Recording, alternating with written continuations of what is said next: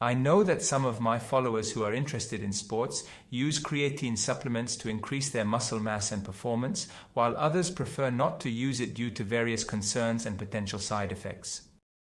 A few weeks ago, I was intrigued by an article that looked at the effects of creatine supplementation on muscle growth.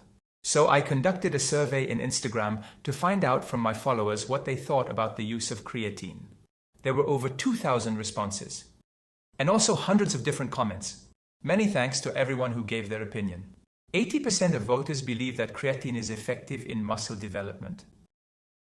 When I categorized the comments, I found that most of them stated that it positively affects performance. In terms of increasing muscle mass, some of the comments stated that it would not have such an effect, some stated that it could be effective at around 5 to 10%, and some stated that it could be significantly effective in muscle growth. Concerns have also been expressed that it may have a water retention effect and cause edema in the muscles, may be harmful to health, and may cause hair loss. So what does the medical literature say about these issues? In this video, I have reviewed over 20 articles, and I hope you will find answers to all your questions.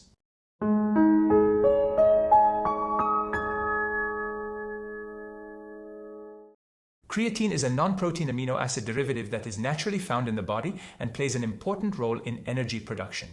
95% of the creatine naturally present in the body is stored in muscle cells as creatine phosphate. The remaining 5% is found in the brain and other tissues. Creatine can be synthesized in the body, and it can also be obtained from dietary sources like red meat and seafood. Athletes may choose to consume creatine as a supplement to enhance muscle performance and promote muscle growth. Let me say from the beginning that I made this video because I was curious about creatine. I have no sponsorship or affiliation. You know that ATP is the main molecule that provides the energy needed for muscle contraction.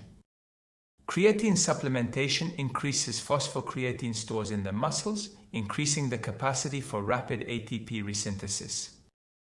When taken with carbohydrates, it increases muscle glycogen synthesis and content. This is invaluable fuel for supporting high-intensity exercise type.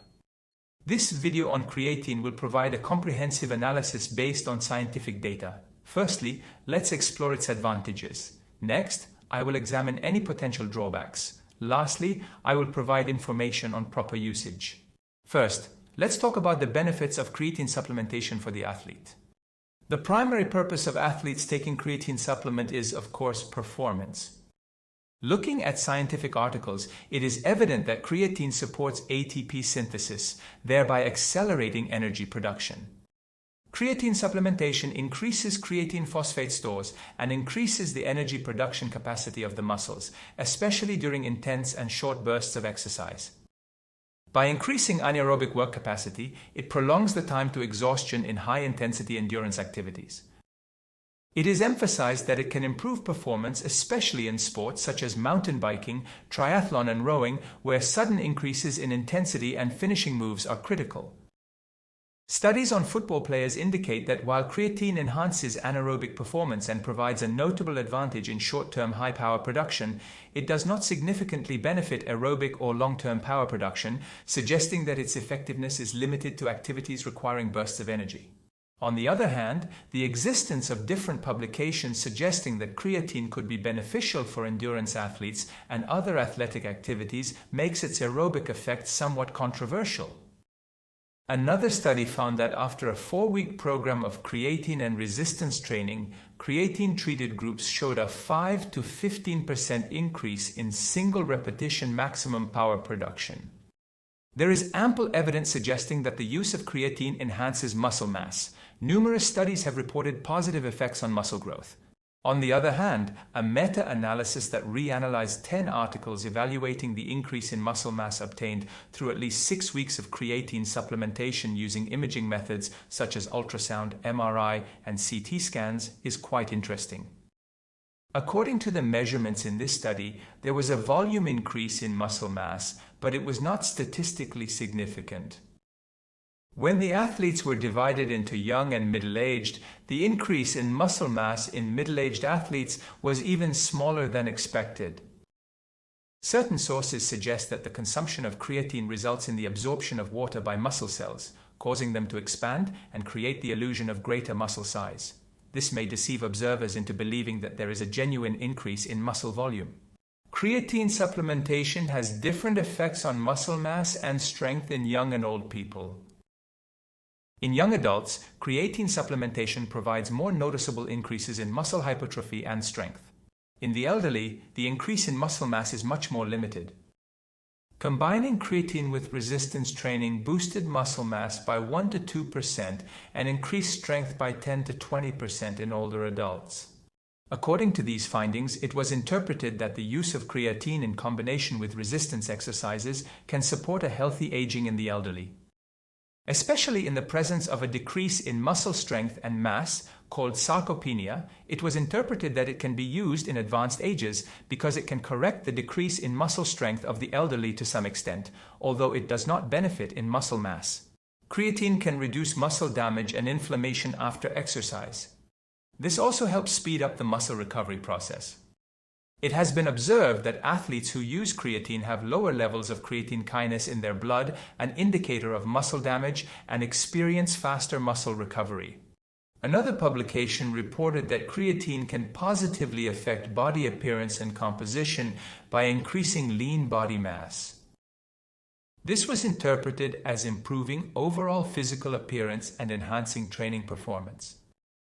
This article works with the aforementioned publication, in which measurements were made using MRI, ultrasound, and tomography, and no significant increase in muscle volume was reported.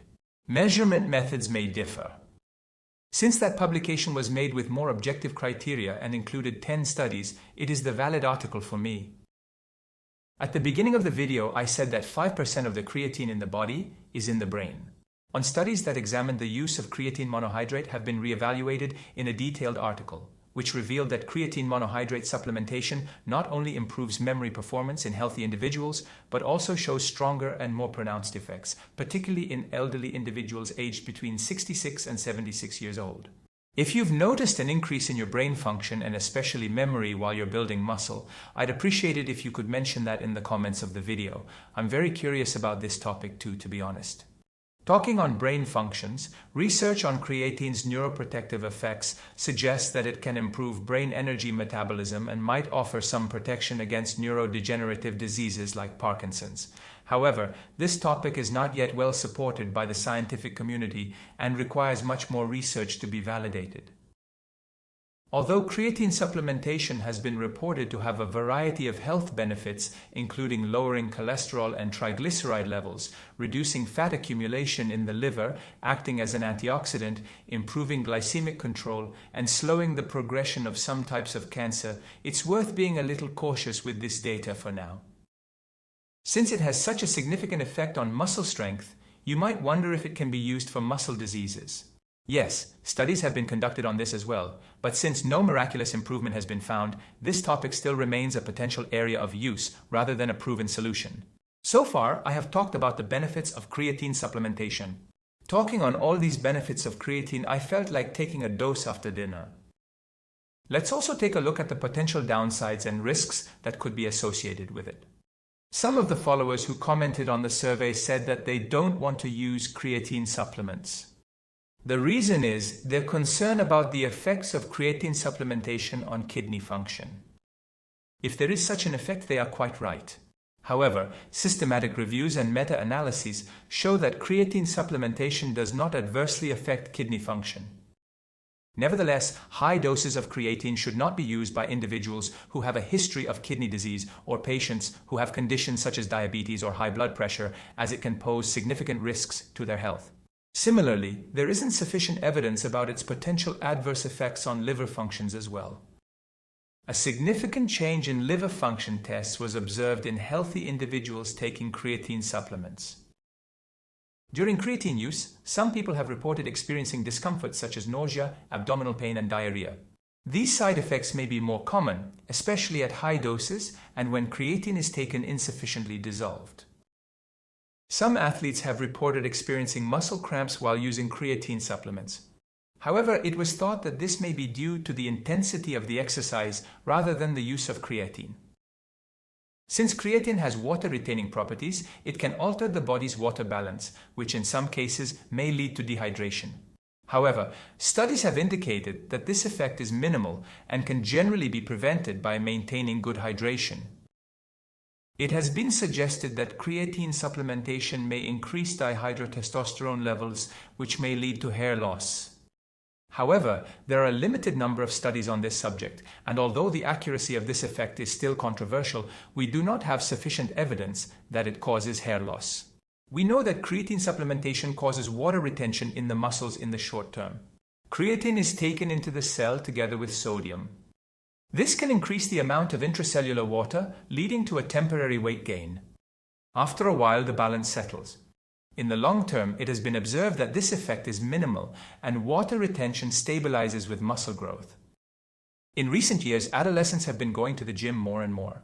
We know that they also take supplements to build muscle. Although creatine supplementation has been proven safe for adult populations, studies involving children and adolescents emphasize the need for more extensive research to understand its long-term safety. These publications highlight the importance of exercising caution and careful monitoring when creatine is used by teenagers. In the meantime, for those who might be wondering, creatine is not an anabolic steroid and does not have any of the complex side effects associated with anabolic steroids. Let's examine the scientific literature regarding the usage of creatine and its recommendations in depth. There are many studies on the ideal doses and protocols for creatine supplementation. In a 2017 article published by the International Society of Sports Nutrition, the recommended loading dose to rapidly saturate muscle creatine stores is typically 20 grams per day for 5 to 7 days. This dose is usually divided into 4 equal doses of 5 grams 4 times a day. After the loading phase, 3 to 5 grams of creatine per day is recommended to maintain muscle creatine stores. The same article suggests an alternative method of use. Those who want to skip the loading phase can slowly increase muscle creatine stores by taking 3 grams of creatine daily for 28 days.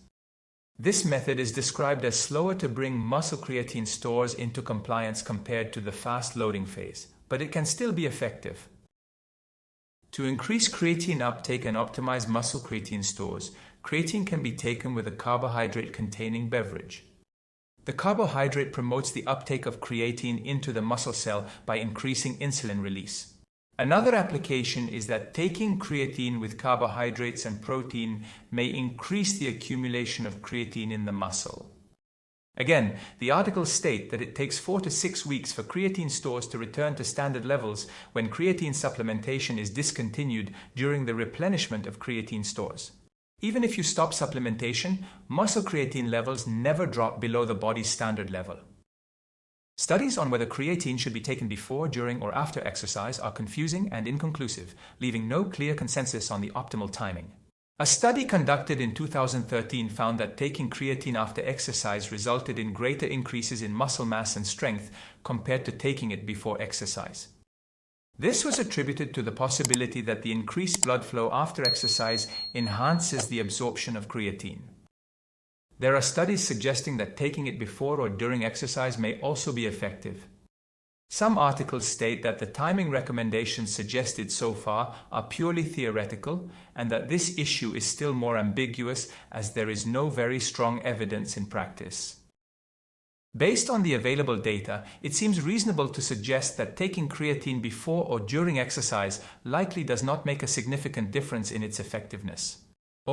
And evidence shows that creatine is most effective and safest when taken in the form of creatine monohydrate. Some of the comments from the survey were along the lines of, I can obtain creatine through healthy sources such as red meat or seafood. Why would I need to take a supplement when I can get it naturally from these foods? Publications indicate that with a regular non-vegetarian diet, one can intake about 1 to 2 grams of creatine per day. This amount can fill creatine stores by approximately 60 to 80% in a natural way. When you take creatine supplements, you may have a chance to supplement these stores by 20 to 40%. Again, according to this graph, it can be seen that vegetarian athletes are the user group that can benefit the most from creatine intake. It is stated that 1 kilogram of beef contains 4.5 grams of creatine. If you want to take a high dose of creatine naturally, you would need to consume about 4 kilograms of beef per day to meet the loading dose requirements. As you can imagine, consuming such a large amount of beef is not very healthy for the body and is impractical. God forbid you might end up with gout disease. If you're curious about gout disease that can result from high protein consumption, I'll add the link to my video on this topic somewhere around here. In conclusion, creatine supplementation can offer many benefits when used in appropriate doses and with regular monitoring, such as increasing muscle strength, improving exercise performance, and speeding up recovery time. Considering the potential side effects and risks, creatine should be used with caution. This is especially important for individuals with pre-existing health issues related to kidney and liver, as they might be more susceptible to adverse effects. After this video, I might receive questions such as which brand of creatine to use, what dosage to incorporate it into a routine. I have prepared what I have told here according to the scientific facts presented to us by the medical literature. I do sports myself, but I have never taken supplements. If you ask me about my personal experience, I can't offer much beyond what these articles convey. On the other hand, I want to share with you how I felt while preparing this video. Since electric vehicles have become popular, the issue of how much to charge the vehicle's battery has also become popular recently. As you may notice, it is reported that an ideal charge level is between 30% and 80%. More than that shortens battery life. If your body's creatine stores are ideally filled between 60 to 80%, I believe it's unnecessary to push beyond this level, as overloading may not provide extra benefits. Of course, I respect your decision. Still, considering its benefits for memory and aging, I might start using it myself one day in the future. Why not? Stay with love, stay healthy, goodbye.